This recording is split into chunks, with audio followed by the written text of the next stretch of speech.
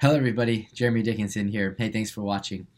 In this video, I like to take some time to talk about the moral philosophy of the British philosopher David Hume. So, David Hume, as many of you know, is an 18th century Scottish philosopher, and he is part of what's known as the Scottish Enlightenment. Some say he was the greatest of the Scottish philosophers, perhaps of all time, but certainly of the Scottish Enlightenment. Now, there might be some Adam Smith lovers out there who would beg to differ, but David Hume definitely goes down as one of the greats from the Scottish Enlightenment and one of the greats really from the history of philosophy. So 18th century Scottish philosopher. And many of you also know that he belongs to the tradition of empiricists. So if you were to take a course on British empiricism, for example, you would study David Hume in a course like that. That course would probably begin with Locke, move on to Berkeley, and then conclude with Hume. And many people think that Hume was probably the most consistent of the British empiricists. So he's an empiricist philosopher. Empiricism, the view that knowledge derives from our sense experiences, and our sense experiences really are necessary for our coming to know things. That's the kind of view that's driving David Hume's philosophy, generally speaking. So empiricism, the view sometimes put this way, all knowledge is derived from sense experience. Okay, and Hume is in that tradition. Now, I want to focus on Hume's moral philosophy, which was definitely influenced by his empiricist epistemology, his empiricist theory of knowledge. But what I want to focus on is how he thinks about the nature of moral judgments, what he thinks is the basis of moral judgments that we make, and then say a few things about how it is that how he thinks reason relates to our moral judgments and generally to morality. And so what I'll do is dive right in and just try to capture some of the key features of his view. So this video is not intended to be exhaustive, David Hume's ethics, but it's supposed to give us just a sense of his view. So as I noted, I said that crucially, what I wanted to focus on was, at least initially, David Hume's account of moral judgment. So to set things up here a little bit, when David Hume is doing his moral philosophy, he is by and large taking morality to be a significant part of the human condition. He's not trying to argue for its existence in our lives as much as assuming that it exists and then trying to provide some kind of account of it. So morality generally, ethics generally is a significant part of the human condition, part of our lives. But what explains it? That's sort of Hume's project. Moreover, he's not trying to rewrite the moral rule book, if you will. He's not trying to tell us what the genuine moral principles are, what the moral rules are that we have to follow in our lives, based on there being some further fundamental principle that we can develop and then derive specific ones for our purposes.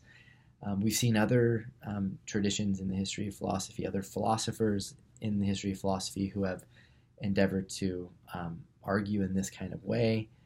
But Hume, by and large, takes the stock of moral principles or the moral rules that we have seriously and doesn't try to revise them. Okay, so those are just a couple important points to begin with.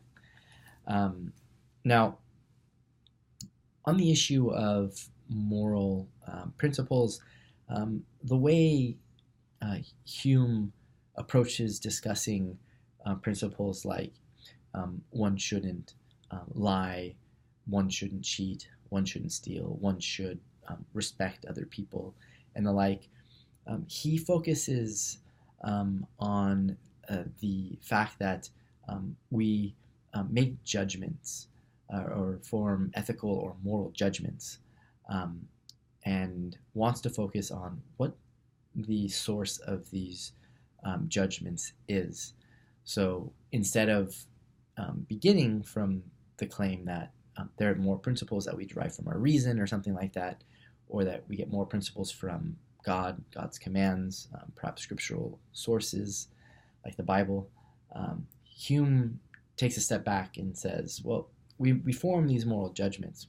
We think that we need to live up to moral judgments, and he claims that there are different ways in which philosophers have theorized about where it is that our moral judgments come from, what their source is, as it were. And he says that some have claimed that God is a source. Some have claimed that reason is the source, as I tried to note a few moments ago. Others have appealed to there being certain natural laws, as they're sometimes called, or laws of nature, not to be confused with laws of physics, but these laws of reason that govern us, that were given by God for the sake of enhancing or improving the human condition by getting us to live up to our potential or something like that. Well, for Hume, he wants to say that when we think about these judgments, we tend to think that they're the kinds of judgments that are either true or false. So if one thinks about, just an example, one shouldn't steal, as our example of a moral judgment, one might be inclined to think that that's either true or false. And Hume, at least on traditional ways of understanding him, is someone who's resistant to say that moral judgments are to be understood as primarily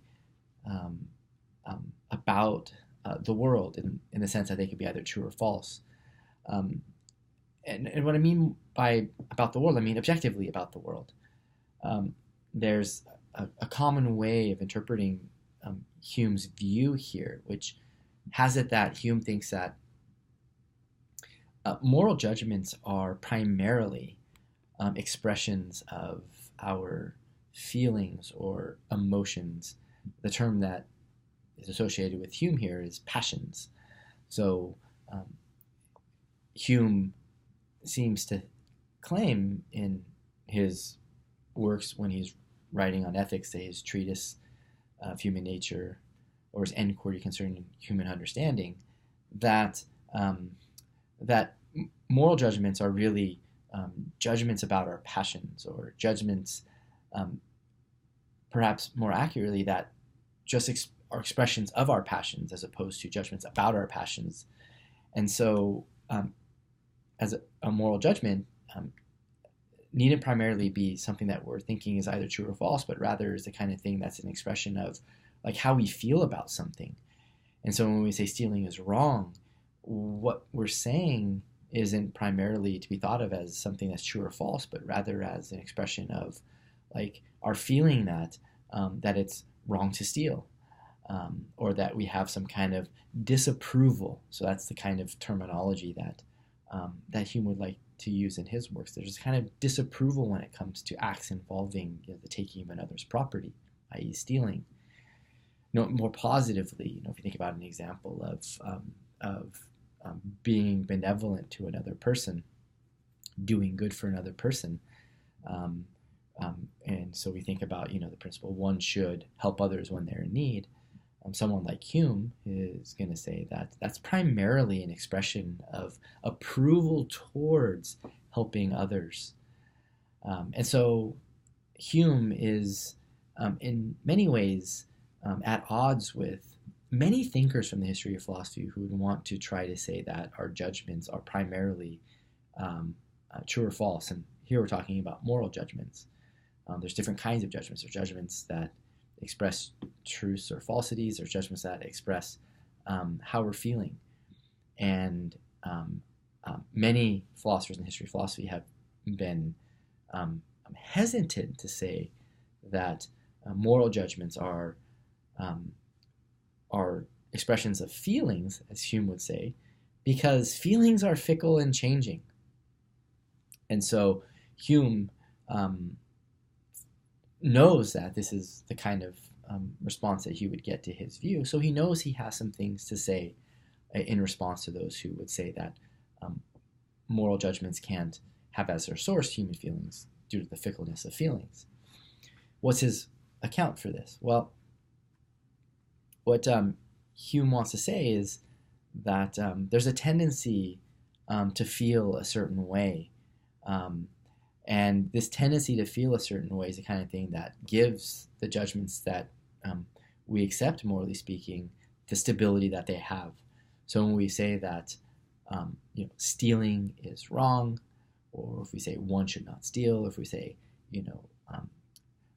benefiting others when they're in need is good, or that one should benefit others when they're in need. According to Hume, in the first case, we have the tendency to feel disapproval toward actions involving stealing, and then in the latter case, the case involving benefiting those who are in need, tend to come with these feelings of approval. So when we see benefiting, we tend to approve, and when we see someone being, say, harmed because their property is being compromised because of stealing, we tend to disapprove. And it's these tendencies in our emotional responses to these kinds of acts, which lead to either approval or disapproval, that lead to the stability of the moral judgments in question. So Hume thinks he has an account of the stability of morality in the face of those who would want to say that our feelings are quite fickle and not the proper grounds of moral judgments. So the crucial thing to be taking away from this is Hume, sometimes what's called moral sentimentalism, the view that feelings are grounded in our sentiments. Our sentiments are feelings, sometimes we call them emotions. For Hume, he calls them sentiments, passions, okay? Moral sentimentalism. Now, Hume thinks that reason does have a place, in our moral lives. But it's not the role that many philosophers have thought in the past.